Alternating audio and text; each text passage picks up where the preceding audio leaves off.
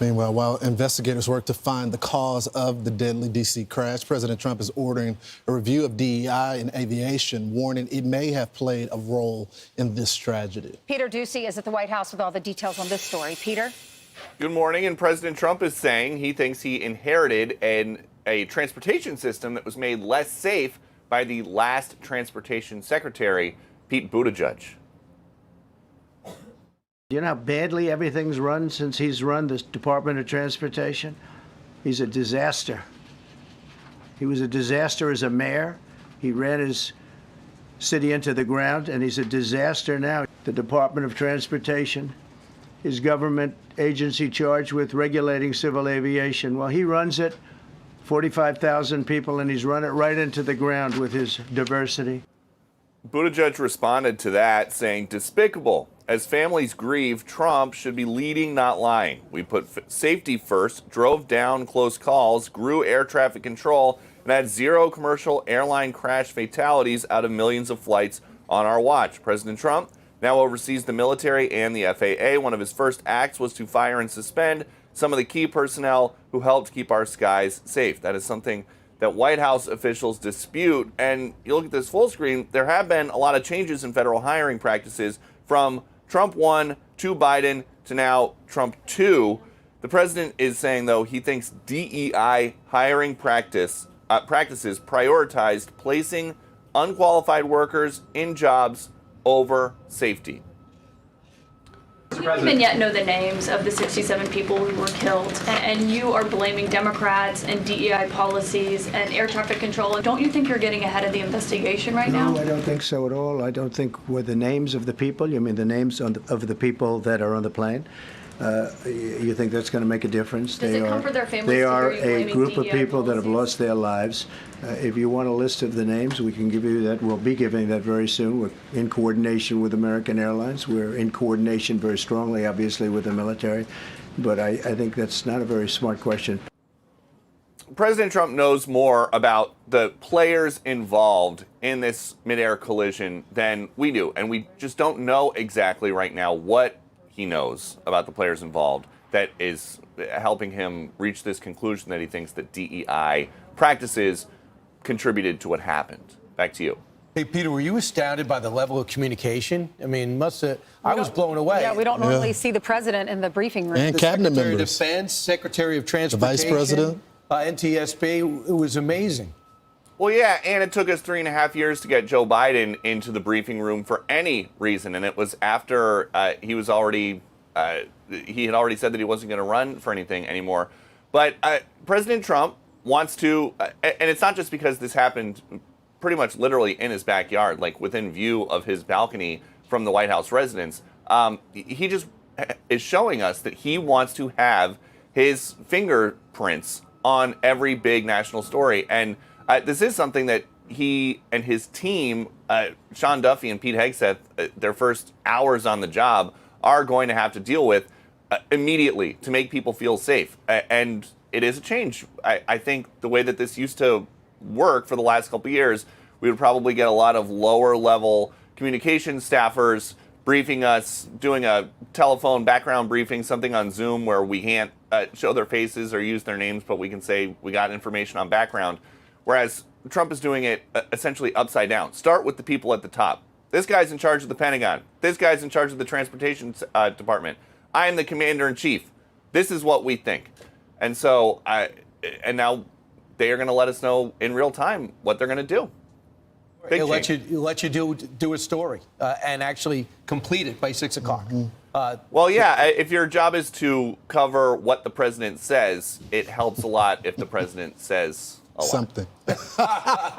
Thanks, Peter, for Thank breaking you, that Peter. down. Appreciate it. Peter was talking about DEI, and we heard the president saying that might be an issue here. The FAA launched a national outreach program under Obama for DEI, and it included a push to hire workers with severe intellectual disabilities and psychiatric problems.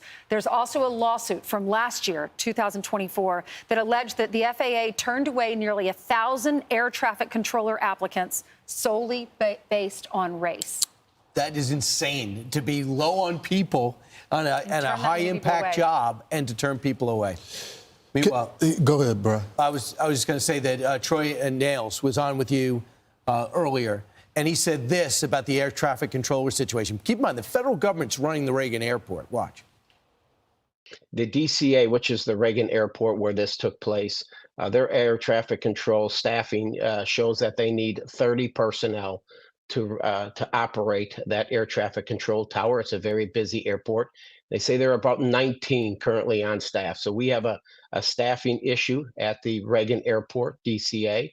DCA, very busy airport. We have 800 flights inbound and outbound each and every day at Reagan Airport. And overall, I believe our record, our safety record, is the gold standard. But when we have an issue like this, it needs to be addressed. There needs to be some oversight from Congress. We need to make sure that if these airports are struggling with air traffic controllers, they bring it to our attention, and we can try to encourage more younger people to get into that field.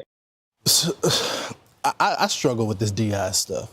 I covered DEI when I ran campus reform. Maybe it had the original intent was good, but it's gone way too far. I understand organic diversity. I understand that some people at one point in time in history, or maybe today, were denied jobs because they're qualified, because of the race, sexual orientation, or whatever. I understand that.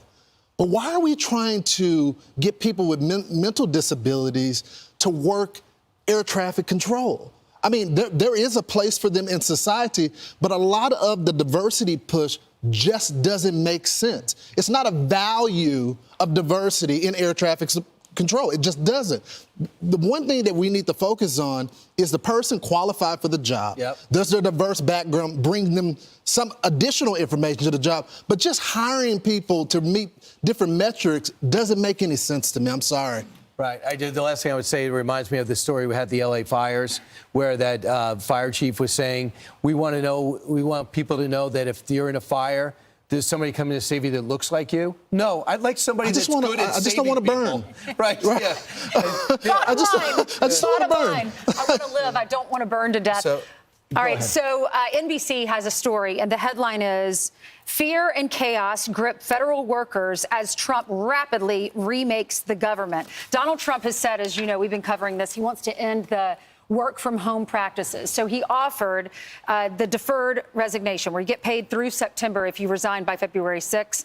There are only 6% of our federal workers that are working full time in an office. So that's why Donald Trump is doing this. Now you have these Democrats that are saying we're living in fear. Everything's so chaotic. But my question to them is, are you fearful about lower prices? Are you fearful about tax breaks? Are you fearful about not paying tips? Not paying taxes on tips or Social Security checks or on your overtime? Many of you work overtime. Are you fearful that Donald Trump's going to get rid of criminal, illegal aliens? Why are you scared? And they're worried about if you're a federal employee, they're worried about their future. Well, because Donald Trump asked Elon Musk to cut $2 trillion out of the budget. They accused Donald Trump of the first 4 years of not cutting like he did. Tax reform, I believe, was working to do that, bring more revenue in, but they never got to the tax cut because of the pandemic. So what he's doing now is to look at the 2.3 million people working for the federal government. They all got emails saying, you can quit, we'll give you 6 months, which, by the way, is way too generous, I think. But come to work, you're fired, or take the 6 months and just write in your subject line, say resigning. So that you should feel fear and loathing if you're not doing a good job. But if you like your job and are doing good at your job, you can keep your job. But this is part of a whole of government push to lean it out and bring our budget in line with $36 trillion in debt. You should not be fearful unless you're coasting. If you're coasting in your job, be fearful. But this is Elon Musk sleeping in the Eisenhower in the office on the couch like he did with Tesla, trying to fix it. He's trying to fix the government the way he did SpaceX. Well, something is obviously going wrong, Ainsley. We just had Americans die because it wasn't properly staffed and they weren't focusing on the right thing. Other agencies are going through something similar. It's just not a harsh job or a deadly job that could cause death, but other harms are happening in the government currently. It's just sad we had to figure it all out this way.